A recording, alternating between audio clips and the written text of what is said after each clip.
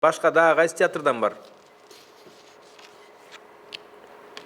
Форумдун жүрүшүндө Кыргыз театрында өз орду бар театр ишмерлери, ошондой эле искусство изилдөөчүлөрүнүн лекциялары өтүлүп, аймактарда жаш актер, актрисалардын профессионалдуулугун жогорулатуу максатын көздөйт. Алардын эң негизги тиги эрежелери, тартиптери кайсы?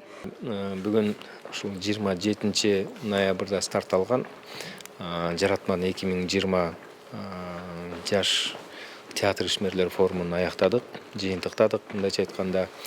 Анан менин оюмча ушул форумда республикабыздын элет жеринде жайгашкан театрдагы актерлор көбүрөөк катышты, жаш актерлор да.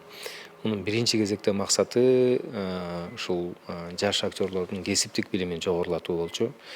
Бул жерде модераторлор бир топ биздин театр жаатында абдан чоң иштер жасап жүргөн Нурлан Абдыкадыров сыяктуу, Турган Бобекова эже,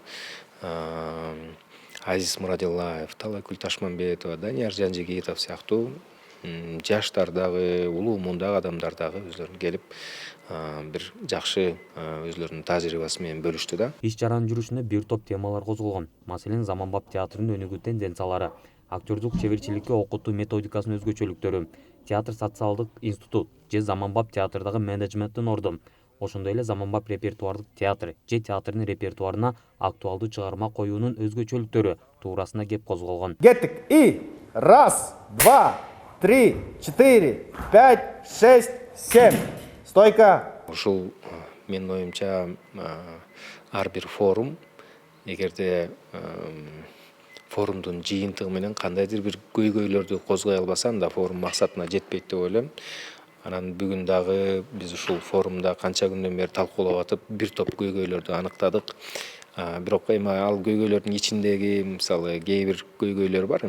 Биз бул жерде актерлор өзлөрүнө бир үй же бир наам сурашкан жок. Менин оюмча биринчи кезекте ушул театр искусствосын мындан ары дагы өнүктүрүү үчүн биринчи зарыл болгон бир көйгөйлөрдү сунуш кылдык да. Форумдун алкагында актердук чеберчилик боюнча практикалык сааттар, сахна кийүү боюнча көнүгүүлөр, ошондой эле пьесаны толук кандуу анализдөөгө убакыт каралган. Алып келген мүмкүн монологторуңар бардыр, поэзияларыңар бардыр окуй турган.